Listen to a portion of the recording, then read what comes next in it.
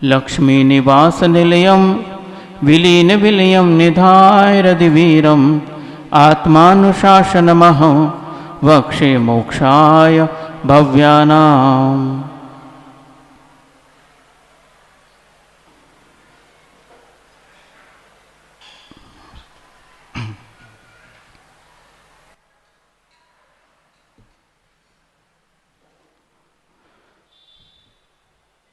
इस आत्मानुशासन ग्रंथ में इस बात का व्याख्यान चल रहा है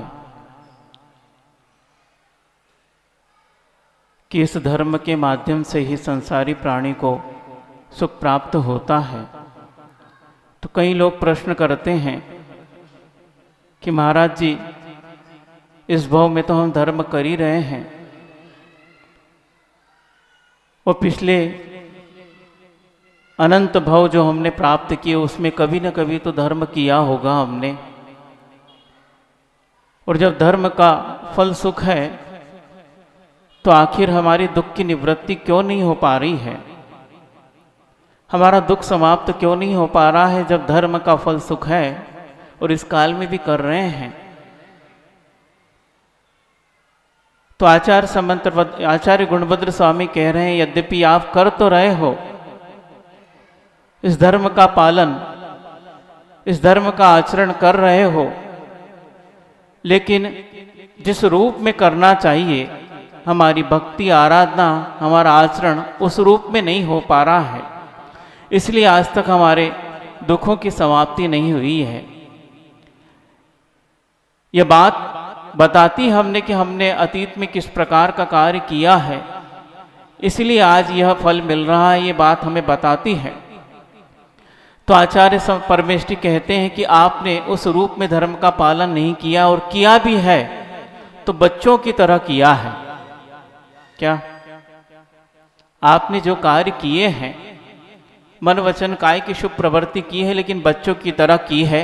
आचार्य गुरुदेव बोलते हैं, बहुत अच्छा उदाहरण भी देते हैं, यद्यपि हमने कई बार यह उदाहरण दिया है, हमारे महाराज जी लोग तो कई बार सुन चुके हैं, हो सकता है आपने भी पिछले कई चातुर्मासों में उदाहरण सुना हो। ये बीच में लोग जो आ रहे हैं ना डिस्टर्ब, वहीं से दर्शन कर सकते हैं, पीछे वालों को भी डिस्टर्ब हो जाता है। अब जिनको जाना है एक साथ चले जाओ, क्योंकि उसमें भी डिस्टर्ब होता आना जाने में। तो इस प्रकार आचार्य गुरुदेव उदाहरण देते हैं कि आपने क्रियाओं को किया तो है, लेकिन बच्चों की तरह किया है। एक बच्चा जो बहुत सारी क्रिया करता है, लेकिन उसको ज्ञान नहीं कि मैं क्या कर रहा हूँ, मैं क्या बोल रहा हूँ, मैं कैसे चल रहा हूँ, मैं क्या खा रहा हूँ, कैसे सो रहा हूँ, ये सारी क्रियाएं वो भी करता है। एक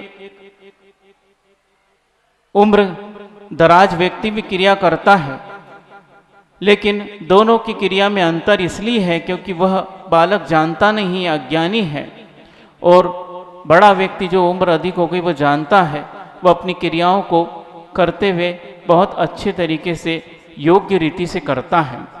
तो आचार्य गुरुदेव उदाहरण देते कि आपने किया तो है, लेकिन बच्चों की तरह किया है। कैसे? एक बच्चे को प्रतिदिन पिताजी उसके जो है जेब खर्च, जैसे आज बोलते ना लोग जेब खर्च देते हैं, प्रतिदिन भी देते हैं, सप्ताह में देते हैं, पक्ष में या महीने में भी दे देते होंगे, या साल का इकट्ठा भी दे देते होंगे।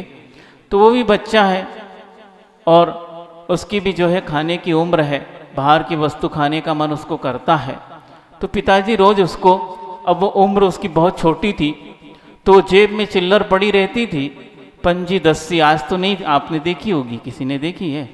हाँ, बहुत नए व्यक्ति तो देखते ही नहीं होंगे, हमने भी देखी है पंजी दस्सी। तो पंजी दस्सी में उस वक्त बहुत कुछ आ जाता था। तो इस प्रकार जेब में से चिल्लर लगभग 1-8 रुपए की निकाल के देते थे, तो वो चिल्लर बहुत वजनदार होती है और क्वांटिटी भी बहुत ज़्यादा है। मान लो 10 से 10 दी तो 10 तो आ ही जाएगी, और पंजी दी तो कितनी हो जाएगी? 20 हो जाएगी, है ना? तो इस प्रकार क्वांटिटी भी बहुत है और वजन भी बहुत है और आवाज़ भी बहुत आती है। इसको देखकर बच्चा सोचता है मैं दुनिया का सबसे अमीर हूँ। क्यों? उसको नहीं पता अमीरी कहाँ से शुरू होती है। उसको तो पता है मेरे पास इतने पैसे हैं, और हो सकता पिताजी के पास भी नहीं हो, क्योंकि उसका ज्ञान नहीं है। वो इस अज्ञानता में ही आनंद मना रहा है कि मैं दुनिया का सबसे अमीर आदमी हूं, और बहुत खुश हो जाता है। एक दिन होता क्या है, पिताजी के पास चिल्लर नहीं है, वो जेब में हाथ डालते हैं तो देखते हैं कि नोट तो है लेकिन बड़े नोट हैं। कोई बात नहीं, आज नोट से काम चला लेते हैं, और 10 रुपए का नोट उसको देते हैं। अब बच्चा जैसे हाथ में 10 का नोट आता है उसको देखता है और तोलता है, बजाता है, आवाज नहीं आती, हल्का भी है, उठा के फेंक देता है। इतने कम पैसे हमको नहीं चाहिए। क्या क्या बोला उसने? इतने कम पैसे हमको नहीं चाहिए, हमको तो ज्यादा पैसे चाहिए। हमको मूर्ख समझा है क्या? वो बोलता है हम सब जानते हैं, इतने पैसे में देकर हमको क्या कर रहे हो, बहला रहे हो। पिताजी सोचते हैं देखो बच्चा है, अज्ञान है इसके पास, अब इसको क्या समझाएं। समझा भी रही नहीं, बेटा ये 10 का नोट है। क्या 10 का नोट? हमको नहीं पता, वो पैसे जो ज़्यादा है वो देना। क्योंकि उसकी आदत थी चिल्लर की, इसीलिए वह उस चिल्लर को बहुत पैसा मानता है। 10 का नोट नहीं समझ में आ रहा कि इसमें 100 10 पैसे आ सकते हैं ना, 100 हो गए ना, हाँ, और पंजी करें तो 200 हो सकती है, कितनी बहुत ज़्यादा हो सकती है। उसको ज्ञान नहीं है, क्योंकि उसको तो पता है वो भारी होना चाहिए, आवाज आना चाहिए और क्वांटिटी दिखना चाहिए, संख्या दिखना चाहिए। ये एक नोट कितना हल्का है, फट जाएगा। तो ये तो केवल कागज है, ये नोट नहीं है। पापा उल्लू बना रहे, ये कागज है, बाजार में चलता नहीं होगा, फेंक देता है। मुझे तो वही पुराना अपना जो वो चाहिए। पिताजी को बहुत हंसी आती है, वो चिल्लर दे देते हैं और लोगों से चर्चा करते, देखो बच्चे कितने अज्ञानी होते हैं, वो समझ नहीं पाते हैं। यहाँ तक उदाहरण हो गया। अब आचार्य गुरुदेव ने कहा था कि उस बच्चे पर, उस उम्र दराज व्यक्ति को हंसी आ रही है, क्योंकि उम्र निकलने के बाद उसको अनुभव हो गया पैसा कितना होता है, कौन सा छोटा पैसा है, कौन सा बड़ा पैसा है, किसमें अमीरी दिखती है, किसमें गरीबी दिखती है। ये उस व्यक्ति को अनुभव तो हो गया है, इसीलिए उसको बच्चे पर हंसी आती है। इसी प्रकार आचार्य कहते हैं चाहे आप कितनी भी उम्र में आ जाओ, लेकिन आपकी भक्ति उस बच्चे जैसी है। समझ में नहीं आया? अब समझाएंगे कि उस भगवान की भक्ति से, जैसे व्यक्ति ने प्रश्न किया आज तक हमने भगवान की भक्ति की, धर्म किया, दुख की निवृत्ति क्यों नहीं हो रही है? इसलिए नहीं हो रही है, वो बच्चे जैसे आपने भक्ति की है, कि भक्ति तो की है लेकिन वापस अपने दुख का सामान मांगा है, जो इंद्रिय विषय के रूप में है, जो भौतिक संपदा के रूप में है। अब दुख की निवृत्ति होगी कैसे? हम उस वीतरागी परमेष्टि के सामने जाकर भगवान मेरे संसार के दुख की निवृत्ति हो, मात्र ये लक्ष्य लेकर जाए और भक्ति करें, तो देखिए आप तत्काल आपके दुख की निवृत्ति होना चालू हो जाएंगी। लेकिन हम आज तक मांग करते आ रहे हैं, जिस प्रकार वो बच्चा कर रहा है, उससे 10 की पंजी अच्छी लग रही, 10 का नोट अच्छा नहीं लग रहा है। ये भक्ति मुक्ति का कारण है, हमें पता नहीं है, और हम भुक्ति का साधन भक्ति से चाह रहे हैं। समझ में आई अब उदाहरण है? उसको 10 की पंजी की आदत है, इसलिए उसने 10 का नोट ठुकरा दिया, मुझे वही चाहिए। इसी प्रकार भक्ति से मुक्ति मिलती है, लेकिन आपको भोगों की आदत पड़ गई है, इसलिए भगवान के सामने जाकर भी उस भौतिक संपदा की इच्छा करते हैं, उस भोग सामग्री की इच्छा करते हैं, या अपनी कोई भी शारीरिक, मानसिक या वाचनिक परेशानी है वो भगवान के सामने निवेदन करते, भगवान इसका जो है निराकरण हो जाए, समाधान हो जाए। वो समाधान तो हो जाएगा, लेकिन बंधु हमारे दुख की निवृत्ति पूर्ण रूप से नहीं हो सकती है, क्योंकि आचार्य परमेष्टि कहते बिल्कुल निरपेक्ष भाव से उस वीतरागी परमेष्टि की, जिन धर्म की, पंच परमेष्टि की आराधना कीजिए, निश्चित रूप से तत्काल उसका फल देखने को मिल जाता है। ऐसा भी उदाहरण अपने जिनागम में लिखे गए हैं कि भगवान की भक्ति से कैसे तत्काल कैसे उन्हें फल मिले हैं, लेकिन उन्होंने उस फल की वांछा नहीं की थी, इसीलिए वो फल मिल गए हैं। और यदि वांछा करोगे तो फल तो मिल जाएगा, लेकिन दुख की निवृत्ति नहीं होगी। वो जो फल मिला है वही आपको दुख देने लगेगा, निश्चित बात है। जो आपने वांछा की है जिस वस्तु की, वो उस भक्ति के माध्यम से मिल जाएगी। क्योंकि ऐसे शुभ परिणामों के माध्यम से आप भक्ति कर रहे हैं, वो ऐसा पुण्य बंध होगा, उसके माध्यम से वो सामग्री तो मिल जाएगी, लेकिन उस सामग्री को प्राप्त करके आप सुखी नहीं रह पाओगे, पक्का है। वही सामग्री आपको दुख देगी, वही आपके महा दुख का कारण बन जाएगी जिसको आपने चाहा है। क्यों? क्योंकि आपने चाह के माध्यम से उसको प्राप्त किया है। उस भक्ति का फल तो साक्षात मुक्ति मिल सकती है, लेकिन आपने वो नहीं चाहकर ये चाहा, तो ये निश्चित रूप से अपना फल देगी। इसीलिए उस व्यक्ति से कहना जो प्रश्न करते हैं कि दुख की निवृत्ति क्यों नहीं हुई, तो बंधुओं, जब बचपन छोड़ दिया है तो बचपन का बचपन भी छोड़ दो तो बहुत अच्छा है। समझ में आई? बचपन में तो हो नहीं, बचपन में आ गए मतलब बड़े हो गए, लेकिन बड़े होकर भी वो बचपन को छोड़ दो तो निश्चित रूप से आपके जीवन में उस दुख की निवृत्ति होती है। उन बच्चे जैसे मांग मत करो, इस भक्ति को अपनी मुक्ति का साधन बनाओ। यद्यपि कई लोग फिर प्रश्न कर सकते हैं, महाराज जी आगम में लिखा है कि क्या होता है, मुनि को बालकवत होना चाहिए, और आप कहते हैं कि बचपना छोड़ो। बालकवत और बालकपन में बहुत अंतर है बंधु, समझे? हमने बचपना छोड़ने का कहा, बचपन को नहीं। बचपना मतलब जो बचपन के जो भाव होते हैं अर्थात अज्ञानता के, उसको छोड़ना है। लेकिन उस बचपन बालक में जैसे निश्चल वृत्ति होती है, कोई छलावा नहीं होता है, जैसे अंदर वैसे बाहर। उससे पूछ लो किसी छोटे बालक से, वो अपनी सारी घर की रामायण बता देगा। पापा मम्मी कैसे लड़ते हैं, मम्मी और दादी कैसी लड़ती हैं, बता देगा कि नहीं? आप उसको सिखा भी दो, बेटा मत बताना घर की बात, उसको नहीं समझ में आई, क्योंकि उसके अंदर छलावा नहीं है। वो जैसा घटित होगा देखता वैसे बता देगा।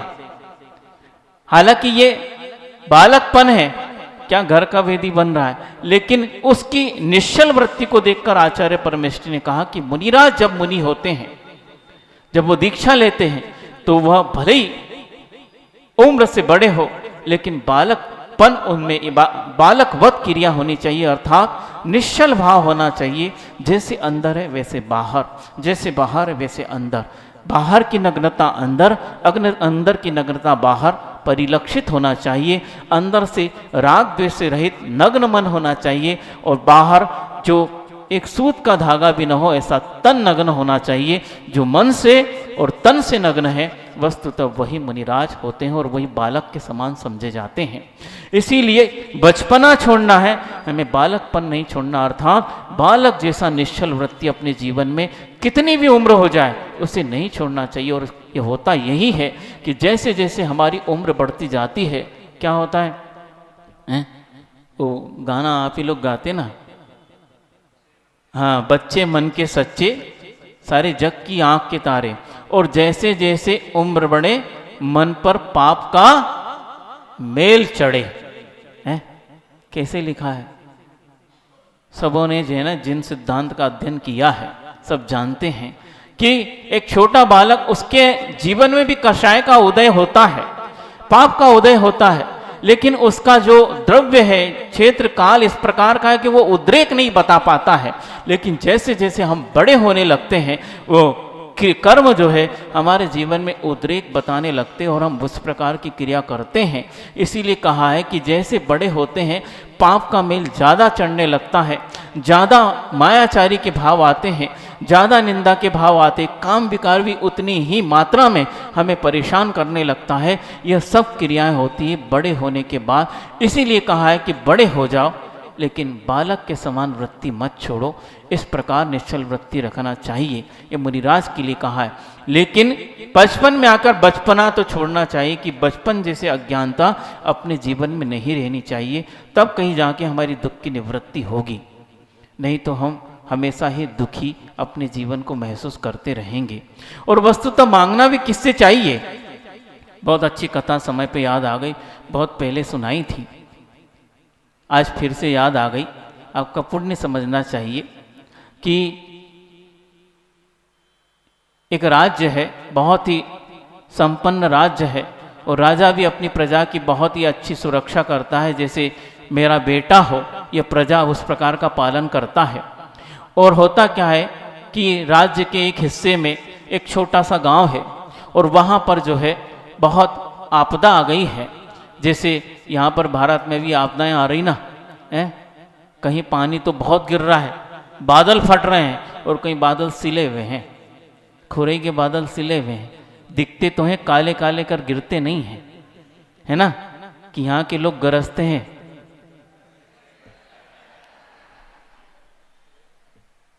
क्यों?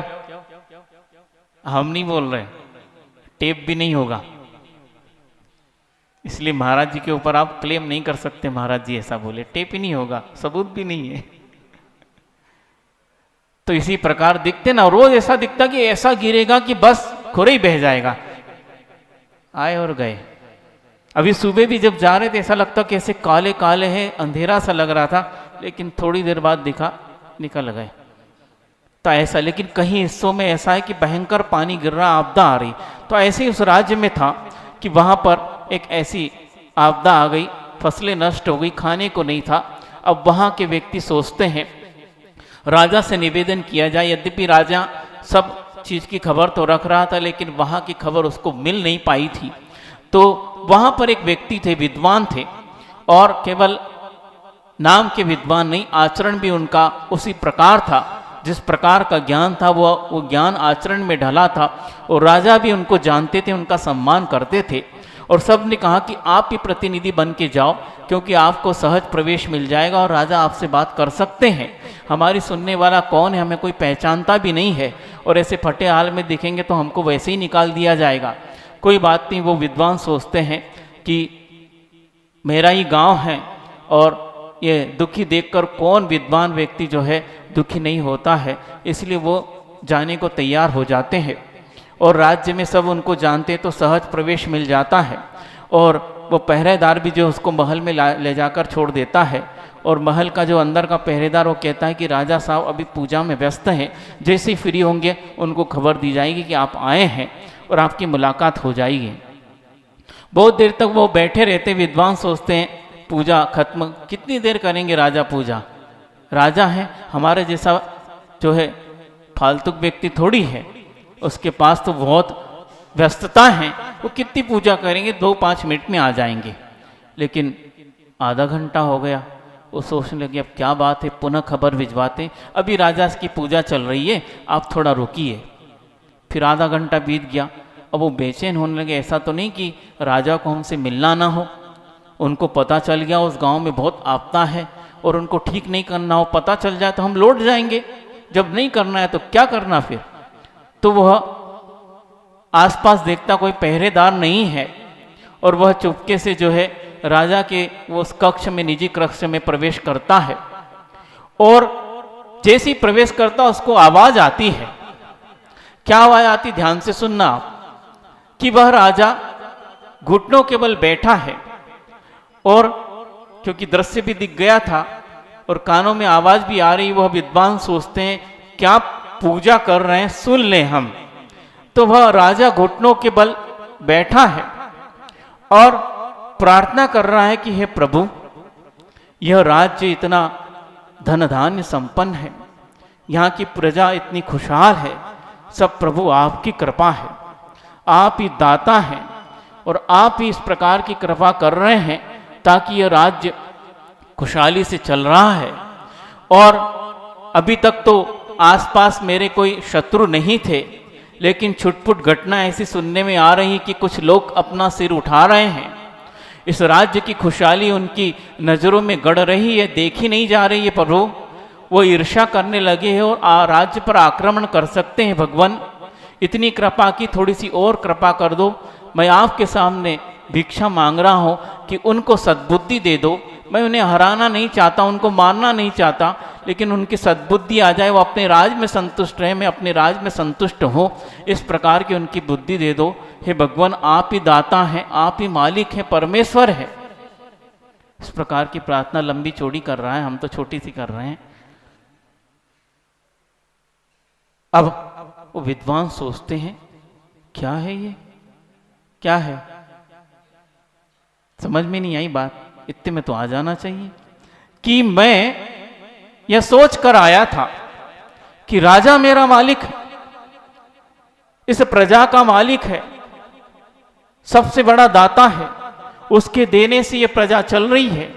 वह जब अपनी कृपा दृष्टि रखता है तो प्रजा खुशहाल होती है, जब उसकी दृष्टि वक्र होती है तो सारा राज्य जो उथल पुथल मच जाती है। यह राजा की कृपा दृष्टि है, वह भगवान के समान है। मैं ऐसा सोच कर आया था, पर देखा कि राजा भी एक भिखारी है, देने वाला तो कोई और है? वो भी घुटने टेका है। मैं इसके सामने घुटने टेकने आया था और इससे मांगने आया था, क्योंकि यही मेरा दाता है, मेरा परमेश्वर है, भगवान है। राजा को इस प्रकार का प्रजा मानती है, लेकिन यह भी किसी के सामने घुटने टेक रहा है, तो हम घुटने टेकने वाले के सामने घुटने क्यों टेकूं? मैं क्यों नहीं उस भगवान के सामने जाऊं? तो बंधुओं, ये कथा आप सोचो कि महाराज जी आप भगवान के लिए कह रहे, भगवान के लिए नहीं, जरा सावधान हो जाइए। इसका अर्थ कहां निकलेगा कि भगवान के सामने घुटने टेक रहे, ये तो बिल्कुल अच्छी बात है, लेकिन आप पंचेंद्रीय विषयों के सामने घुटने टेक देते हैं, वो पंचेंद्रीय के विषय पुण्य के सामने घुटने टेकते हैं। और आप किसके सामने टेक देते हो? बोलो। उन विषयों के सामने उनकी गुलाम बन जाते हो। वह विद्वान समझ गया कि राजे घुटना टेक कर भगवान की प्रार्थना कर रहा, जब ये भिखारी है तो मैं भिखारी से भीख कैसे मांगू? ये विषय भी पुण्य के भिखारी है बंधुओं। ये पुण्य जहां होता है उसके पीछे लग जाते हैं, और जहां पाप उदय होता है वो उससे मुख मोड़ लेते हैं। ये पंचेंद्रिय के विषय पुण्य के भिखारी है, पुण्य उनका स्वामी है, पुण्य के वो गुलाम है, और हम उस विषयों के गुलाम हो जाते हैं। विद्वान से शिक्षा लेनी चाहिए। वो तुरंत उल्टे पांव जाने लगता है। अचानक राजा को आहट आती है और वो एकदम उठते हैं और देखते हैं, अरे श्रीमान जी कहाँ जा रहे हैं? क्योंकि वो दरबान ने जो है उनको बता दिया था कि उस गांव से वो आए हैं, और राजा जानते थे, तो उन्हें भी लग रहा था कि जल्दी पूजा करके उनको समय दूं। उनका सम्मान वो राजा भी करता था, कहीं ऐसा ना देर हो जाए तो वो नाराज हो जाए, इसलिए वो भी चाह रहा था। और जैसे ही देखा कि वो जाने लगे हैं, राजा तुरंत उनके पीछे जाता है। कहाँ जा रहे श्रीमान जी? रुकिए, आप मुझसे मिलने आए थे, बताइए क्या काम है? वो बोलते मेरा काम हो गया। काम हो गया? काम हो गया, मुझे मिल गया। मुझे किसके पास जाना था? मैं गलत राह पर आ गया था, इसलिए गलत जगह पहुंच गया। जब राह गलत होती है तो बंधुओं मंजिल भी गलत मिलती है। जब राह सुधर जाती है तो हमारा दशा भी, क्या बोलते, दिशा सुधर जाती है तो हमारी दशा भी सुधर जाती, मंजिल भी अच्छी मिल जाती है, सही मंजिल मिल जाती है। वो राजा को कहने लगा मैं गलत राह पर आया था, इसलिए गलत मंजिल पर पहुंचा, अब सही राह पर जाऊंगा, सही मंजिल पर पहुंचूंगा। क्या है समझ में नहीं आ रहा? बताओ तो। मैं यहाँ पर आपसे कुछ मांगने आया था, अपने गांव की खुशहाली, पर देखा कि आप भी घुटने टेक कर भिखारी बने हैं। मतलब आपके ऊपर भी कोई मालिक है, तो क्यों न मैं उसी के पास जाऊं? तुम्हारे पास क्यों आऊं? हैं कि मैनेजर के पास जाओगे? बोलो, तो क्या बोलते हैं उसको, कंपनी के मालिक को सीईओ, सीईओ बोलते हैं। मालिक जो बन गया कंपनी का, अथवा मालिक है वो सीईओ इसलिए बनता है क्योंकि वो भी उस कंपनी से पैसा, मतलब अपने आप को एम्प्लॉयमेंट घोषित करता है, क्योंकि टैक्स कम लग जाए इसीलिए। तो वो भी एम्प्लॉय लेकिन है मालिक, तो सीधे मालिक के पास क्यों न जाऊं? तो यहाँ पर यह बात शिक्षा लेनी चाहिए कि वस्तुतः हम उस भगवान के सामने आए हैं, प्रार्थना भगवान की कर रहे हैं, पूजा भगवान की कर रहे हैं, लेकिन नजर कहाँ है हमारी? दृष्टि कहाँ है हमारी? हम भगवान को केवल स्वार्थवश देख रहे हैं कि इनसे मिलता है इसलिए इनके पास आ रहे हैं, लेकिन हमारी दृष्टि कहाँ है? संपत्ति वैभव की ओर, जड़ भौतिक संपदा की ओर है। हम बार बार उसी चाहते हैं। इसलिए यहाँ पर यह कहानी हमें शिक्षा देती है कि वह संपदा इस धर्म की चेरी है, यह भौतिक संपदा इस पुण्य की गुलाम है। पुण्य जहां जाएगा वहां अनायास ये चीज आ जाएगी। इसलिए इस संपदा के आगे घुटने मट्टे को बंधुओं और पुण्य के आगे घुटने भी नहीं टेकना, अपने आप धर्म के आगे अपना जीवन समर्पित कर दो, वो धर्म तुम्हारे आगे चलेगा तो निश्चित रूप से ये विषय तुम्हें बाधा नहीं पहुंचाएंगे, तुम्हारे जीवन में विकार उत्पन्न नहीं करेंगे। जब हमारे जीवन में धर्म रहेगा, ऐसे ऐसे पुण्यवान आत्मा इस संपदा का भोग करते हैं, लेकिन अपने जीवन में हमेशा धर्म को याद रखते हैं, वो साथ चलता है उनके धर्म, इसीलिए वह संपदा उनके लिए दुख नहीं दे पाती है और उसको भोग कर अंत में दीक्षित होकर वो मुक्ति भी प्राप्त कर लेते हैं, क्योंकि धर्म उनके साथ है। संपदा भोगने को मिली है तो ठीक है, भोग रहे हैं, लेकिन चाह नहीं है, और जहाँ चाह है वहीं दाह उत्पन्न होती है। इसलिए ये कहानी शिक्षा देती है कि घुटने उस विषयों के प्रति मत टेको, ये मन को कभी गुलाम मत बनने दो। ये मन जब एक बार गुलाम बन गया बंधुओं, छुड़ाना बहुत मुश्किल है, और अनंत काल से हमने इसको पंचेंद्रिय विषयों का गुलाम बना दिया है। अब कौन छुड़ाएगा? हैं? बोलो, क्या बोलते? बब्बा भी आ जाए तुम्हारे तो नहीं छुड़ा पाएंगे। नहीं, ऐसा नहीं है। यदि तुम सही समर्पण अपना जीवन धर्म के आगे कर दो, धर्म चुटकियों में ये चीज छुड़ा देगा, चुटकियों में, अंतर मुहूर्त नहीं लगेगा, सारा का सारा पाप समाप्त हो सकता है। बस सच्चे अर्थ में हम धर्म को अपना लें। आज तक नहीं अपनाया है, इसलिए दुख की निवृत्ति नहीं है। भक्ति की है, बच्चों के समान की है, और यदि की भी है तो कहीं ना कहीं हमारे जीवन में मांग रही है। हम भिखारी बनकर भक्ति कर रहे हैं। बंधु, एक बार सेठ बनकर भक्ति करो, अपने आत्म वैभव को पहचानो, इसका कोई भी और छोर नहीं है आत्म वैभव का।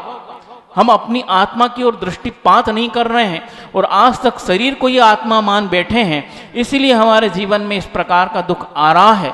इस शरीर और आत्मा का भेद एक बार जान लो तो निश्चित रूप से आत्म वैभव का परिचय हो जाएगा कि उसके जैसा अमीर इस दुनिया में नहीं है। और हर व्यक्ति, ऐसा नहीं प्रत्येक व्यक्ति के पास वो आत्म तत्व है, ऐसा नहीं कि मेरे पास है पड़ोसी के पास नहीं है, सब में है। चाहे वो निगोदिया जो सबसे सूक्ष्म अवगाना अंगुल के असंख्यात भाग जो सूक्ष्म निगोदिया जीव की होती है, उस व्यक्ति में भी उतनी ही प्रमाण मात्रा में आत्म तत्व है, और उतना ही गुणवान आत्म तत्व है। जो अब तक सिद्ध परमेष्टि बन गए, उनका जितना गुणवान आत्मा है उतना ही गुणवान आत्मा इनका भी है। लेकिन बस अंतर इतना है, वो निरावृत्त हो गया है और ये आवृत्त है अभी कई कर्मों से, और उसको छुड़ाना जो है मुश्किल लग रहा है। इसलिए आज तक संसार में हम घूम रहे हैं, और घूमने के कारण हमारी अज्ञानता स्वयं है, दूसरे की नहीं है। इसलिए बंधु, चेत जाओ और अपने आत्म वैभव को पहचानो। जब कभी भी हम धर्म कार्य करते हैं, हमारा संकल्प बस होना चाहिए भगवान इस दुख की निवृत्ति हो, और यही मार्ग है, इसके अलावा कोई मार्ग नहीं है। ये भक्ति का मार्ग, अध्यात्म का मार्ग और समता का मार्ग, यही एक मार्ग है जो आचार्य परमेष्टियों ने और भगवान तीर्थंकरों ने कहा है। इसके अलावा दूसरा कोई मार्ग नहीं है। इसीलिए भगवान, जब कभी भी मैं धर्म का आश्रय लूं, बस मेरा एक ही प्रयोजन होना चाहिए, क्या? दुख को कम्मखो हो वो ही लाओ। पढ़ते तो सब है, हमने कई बार देखा बच्चों को हैं छोटे छोटे सिखा देते, अंचेमी पूजे में, उसको अर्थ नहीं आता, लेकिन सिखाने वाले को तो अर्थ आता है? उसने सिखाया तभी तो सिखाने वाले को अर्थ आता है, लेकिन वो न स्वयं सीख पाया न दूसरे को सिखा पा रहा है। इसलिए स्वयं सोचो, इस अर्चना का, इस पूजा का फल क्या है? अंचेमी पूजेमी वंदामी नमंसामी। मैं अर्चना करता हूं, पूजा करता हूं, वंदना करता हूं, भगवान नमस्कार करता हूं। किसके लिए? पड़ोसी का माल मेरे यहां उतर आए हैं, खाए क्यों नहीं? आ जाएगा, पड़ोसी की दुकान ठप हो जाए, नहीं, दुख को। उसके बाद लिखा है क्यों क्यों अर्चना पूजा नमस्कार वंदन कर रहे हो, क्या प्रयोजन है तुम्हारा? क्योंकि निष्प्रयोजन कभी कार्य नहीं होता है। जो भी कार्य आज व्यक्ति करता, कोई भी हो, हम भी क्यों न हो, हम स्वयं आचार्य परमेष्टि स्वयं और भगवान तीर्थंकर जो स्वयं तीर्थंकर बने और उसके पहले जिन्होंने साधना की, निष्प्रयोजन कोई कार्य नहीं किया, सब प्रयोजनवश कार्य करते हैं। लेकिन प्रयोजन में अंतर है। अर्थ अर्थ में अर्थ रहे, कोई किस चाह को लेकर करता, कोई किस चाह को लेकर करता। चाह सबकी है, लेकिन कोई चाह दाह उत्पन्न करती है और कोई चाह शांति उत्पन्न करती है, ये अंतर है। उन्होंने क्यों किया, ये क्रिया मैं क्यों कर रहा हूं भगवान, आपको नमस्कार कर रहा हूं, आपकी पूजन कर रहा हूं, आज की वंदना अर्चना कर रहा हूं, आपके कहे गए धर्म का आचरण कर रहा हूं, उसका क्या प्रयोजन है? बस एक ही प्रयोजन है, दुख खो, दुख का क्षय हो। इस संसार में प्रत्येक प्राणी, आज कोई भी हो, चाहे वो गरीब से गरीब व्यक्ति हो, चाहे अमीर से अमीर व्यक्ति हो, इस संसार का सबसे अमीर व्यक्ति भी क्यों ना हो, इस संसार का सबसे गरीब व्यक्ति क्यों ना हो, संसार में यदि है तो वो दुखी है। इसलिए भगवान सब चाहते हैं दुख का क्षय हो, इसलिए दुख को खो। और अब दुख का क्षय कैसे होगा? कैसे होगा? कर्म खो, अर्थात कर्म का क्षय हो। जब कर्म का क्षय होगा अपने आप दुख समाप्त हो जाएंगे, क्योंकि जो पाप कर्म है वो दुख देते हैं। तो फिर महाराज जी पुण्य कर्म तो रहना चाहिए, है? पाप कर्म दुख देते हैं और पुण्य कर्म तो दुख नहीं दे रहे हैं, इसलिए रहना चाहिए, शुद्धों में भी पुण्य रहना चाहिए, वो अनंत सुखी है। तो फिर बिना पुण्य कैसे सुखी है? बंधु ये पाप पुण्य फल माही, क्या ये पाप और पुण्य दोनों, पाप से तो आपको साक्षात दिख रहा दुख मिल रहा है, लेकिन पुण्य का दुख आप समझ नहीं पाते हो, हैं? पुण्य भी दुख देता है। कैसे देता महाराज जी? आकुलता का नाम ही दुख है। छड़ाला में लिखा ना, क्या लिखा? हाँ, आकुलता स्यु माहिन ताते, ताते स्यु मग, ऐसा कुछ है ना। मतलब आकुलता स्यु माहिन ताते, अर्थात आकुलता कहां नहीं है? शिव अर्थात मोक्ष में। मोक्ष में आकुलता नहीं है, उसके नीचे जो है सब आकुलता है, बिल्कुल, चाहे वो पुण्य हो चाहे पाप हो।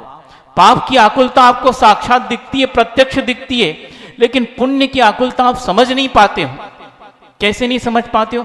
अब पुण्य तो उदय आ गया है और जो विशेष सामग्री आ गई बिल्कुल यथेष्ट आ गई, ठीक है, लेकिन आप संसार में सबसे पुण्यवान हैं क्या? है? नहीं है ना। आपसे कोई ज्यादा आपके सामने आ गया, आपके फ्लैट के सामने, अब क्या क्या होगा? आपके पास पुण्य कम नहीं हुआ, उसके आने से आपका पुण्य कम नहीं हुआ, पर हुआ क्या? आपकी लकीर छोटी पड़ गई, उसकी थोड़ी बड़ी थी। उसने आपकी लकीर को मिटाया नहीं, उसकी प्रारंभ से ही बड़ी थी, अब इसकी बड़ी क्यों? पहले आप अपनी लकीर में संतुष्ट थे, अब बड़ी दिख गई तो क्या हुआ? अब बताओ, ये पुण्य सुख दे रहा है कि दुख? बोलो। अपने पास भी है और उसके पास भी पुण्य है, पर उसको देखकर हमें आकुलता हो रही और अपने पुण्य की कमी के कारण आकुलता हो रही, मेरा कम क्यों है, इससे ज्यादा क्यों नहीं, और उसका ज्यादा क्यों है, थोड़ा कम हो जाए। मतलब पुण्य होने के बाद भी आकुलता अलग टाइप की आती है। ये मिल गया, सारी सामग्री मिल गई और अपने पास कोई कॉम्पिटिटर भी नहीं है कि कोई हमारा प्रतिस्पर्धी हो, लेकिन अकेले बैठे बैठे अब ये चीज मिल गई, कहीं समाप्त न हो जाए, कोई चोर न ले जाए, अब इसकी रक्षा के लिए चिंता। अब ये पुण्य सुख का कारण है कि दुख का? बोलो। कोई बोल नहीं रहा है, फिर भी काय को चाह रहे हो? हैं? क्यों चाह रहे हो? ये चाह छोड़ दो बंधु, अपने आप मिलेगा, और जो मिलेगा वो आके चला भी जाएगा, कोई स्थायी रहने वाला नहीं है। इसलिए हमारे जीवन में स्थायी हमारा धर्म परिणाम है, उसको हमेशा रखो। इसलिए बंधु, ये आचार्य परमेष्ठी ने कही कि मैं उस कर्म का क्षय चाहता हूं, चाहे वो साता वेदनी हो चाहे असाता वेदनी। ये जब तक रहेंगे तब तक मेरे को संसार में रहना पड़ेगा, और संसार में रहना मतलब दुख का कारण है, वो आकुलता का कारण है। केवल ज्ञान होने के बाद उनको अनंत सुख मिलने लगा है, अब कोई दुख नहीं रहा उनके जीवन में, पर वो सिद्धत्व प्राप्त करने के लिए पुनः ध्यान क्यों लगा रहे हैं? उनके पास कुछ नहीं है अब। यदि वो अनंत काल तक ऐसे ही चलते रहें, कोई दिक्कत आने वाली नहीं, अच्छे से आराम से समोसन लगेगा, और जो सामान्य के लिए उनकी गंधकुटी लगेगी, लोग उनके प्रवचन सुनने आएंगे और वो अपना निरंतर विहार करते रहेंगे। अब उनके जीवन में अब साता वेदनी भी आकुलता उत्पन्न करने वाली नहीं है, क्योंकि मोह कर्म समाप्त हो गया है। जब तक मोह रहता है 10वें गुणस्थान तक, तब ये कर्म जो है आकुलता पैदा करते हैं। अब उनको आकुलता नहीं है, बिल्कुल निराकुल भाव से चल रहे हैं, लेकिन फिर भी वह क्या है, क्यों पुनः शुक्ल ध्यान लगाकर इस समस्त कर्मों का क्षय चाह रहे हैं? क्यों चाह रहे बंधुओं? सोचो, जब वो भी इतने निराकुल होने के बाद भी अब संसार में रहना नहीं चाहते, उनको कोई दुख नहीं हो रहा है, लेकिन ये शरीर जो है इसका नाश होना चाहिए। इस शरीर के कारण मेरी परतंत्रता आज तक हो रही है और अभी भी है। चाहे मैंने मोहिनी कर्म को, ज्ञानावरण कर्म को, दर्शनावरण कर्म को और वेदनी को समाप्त कर दिया है, वेदनी नहीं, अंतराय कर्म को समाप्त कर दिया है। अब ऐसे कर्म बचे जो ज्यादा परेशान नहीं करने वाले हैं, लेकिन फिर भी इसके कारण मैं आज परतंत्र हूं, इस शरीर रूपी जेल में आज भी हूं। हालांकि जेल कष्टदायक नहीं है, ऐसे कोई वीआईपी जेल में चले जाते ना, कोई भी जेल में वीआईपी, समझ रहे हो आप, वीआईपी पर्सन कोई जेल में चले जाते हैं, और क्या होता है वहां? महाराज जी हम तो कभी जेल में गए नहीं हैं। तो भैया हम कौन से जेल में गए हैं? पर सुनने में आता है कोई वीआईपी व्यक्ति हो, मान लो उसको जेल हो गई हो किसी भी भ्रष्टाचार के मामले में, अब जो है वहां पर उनकी अलग सेल होती है, एक अलग प्राइवेट रूम होता है, और सारी व्यवस्थाएं वो करके देते थे, एसी लगा देते, टीवी लगा देते, कई लोग फोन भी दे देते हैं। मतलब जैसी घर में सुविधा वैसी वहां सुविधा है, जैसी घर में सुविधा वैसी वहां सुविधा, और बिल्कुल आराम से रहते हैं। तो वो जेल से बाहर आना चाहेगा क्या? बाहर तो बहुत परेशानी है, बहुत सारी भीड़ आ जाती, बहुत सारी जनता आ जाती, शिकायत करने लगती, मेरे तहसील में ये नहीं हो रहा, मेरे गांव में ये नहीं हो रहा है, आप यहाँ के विधायक हैं, आपको ये करना चाहिए, वो करना चाहिए, बहुत सारे ज्ञापन देने आ जाते हैं, तो बड़ी परेशानी है। जेल में कौन आएगा? एकदम शांत, अच्छा जेल में रहिए, वो मंत्री जी जेल में है, आनंद से रह रहे हैं, वो तो रह सकते हैं, क्योंकि संसारी प्राणी है, उनकी बुद्धि में वो चीज नहीं आ रही। इसी प्रकार यहाँ है, एक बाहरी व्यक्ति जिसको सारी सुविधा नहीं मिल रही है, लेकिन एक व्यक्ति जेल में जहां सारी सुविधा मिल रही है, लेकिन वस्तुतः दोनों कारागृह है। भले जेल में गया है, बहुत सुविधा संपन्न है, जैसे केवली भगवान केवल ज्ञान प्राप्त कर लिया, सुविधा सब मिल रही है, लेकिन वह चीज उन्हें आज भी कारागृह लग रही है। तन कारागृह है और उसमें मैं कैदी बनकर रह रहा हूं। ये बात कचोट रही है कि मैं कैदी बनकर रह रहा हूं, मुझे पूर्ण स्वतंत्र होना है, इस शरीर का भी जो है छोड़कर जाना है, ये बात उनको लगती है। हालांकि ऐसी लगती नहीं कि चुभ रही हो, ये कथन की शैली है। तभी वह इस शरीर से भी पार होने के लिए, शुद्ध आत्म तत्व को प्राप्त करने के लिए, आज भले ही मुझे कोई आकुलता नहीं, लेकिन मेरा आत्म तत्व आज भी शुद्ध नहीं है, वो घुला मिला है, कर्मों से घुला है और नौ कर्म शरीर से घुला मिला है। आज शुद्धत्व मुझे आज भी नहीं है, इसलिए उस शुद्ध तत्व को प्राप्त करने के लिए पुनः तपस्या करते हैं। ये चीज़ें हमें समझना चाहिए, और हम अशुद्धि में भी अशुद्धि और चाहते हैं। तो कैसे दुख की निवृत्ति होगी बंधुओं? बताओ कैसे होगी? इस प्रकार इन चीज़ों को सुनकर हमेशा अपनी चेतना को जागृत रखना चाहिए। आखिर मेरा प्रयोजन क्या है?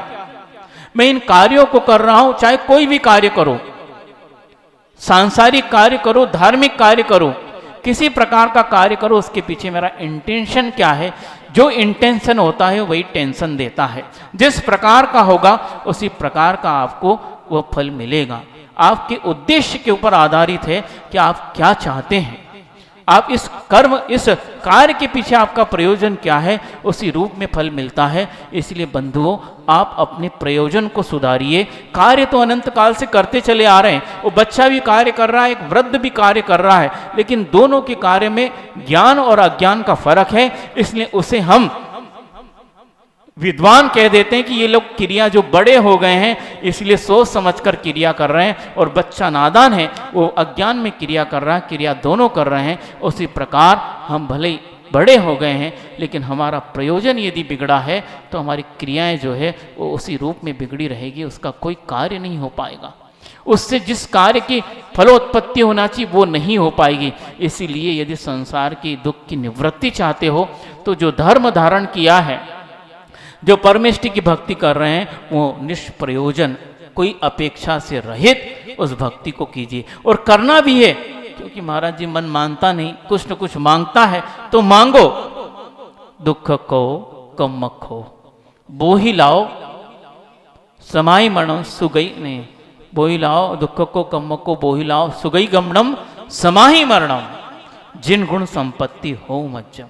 बस इतना ही, दुख का क्षय हो, कर्म का क्षय हो, और भगवान इस जीवन का अंत सबको होना है, इस जीवन का अंत सबको होना है, लेकिन ऐसा अंत न हो, कैसा हो, समाधि मरणम, समाधि मरण की प्राप्ति हो और बोधि का लाभ प्राप्त हो। और भगवान आपके गुणों की संपत्ति, मुझे संपत्ति चाहिए भी है तो आपके गुणों की संपत्ति जिस प्रकार है वो प्राप्त हो, ये भौतिक संपत्ति मुझे नहीं चाहिए। कभी किसी ने की ऐसी भक्ति है और पूछने आ जाते हो, काय नहीं हो रहा महाराज जी है? और हम ऐसे हैं, कैसे हैं, थोड़ी सी देर में बताया। सांतला में एक चीज पढ़ी थी हमने कि वह व्यक्ति यही बता रहे थे कि आखिर हमारा कार्य हो क्यों नहीं पाता है। इसलिए नहीं हो पाता है, आपको श्रद्धा है। क्या श्रद्धा है?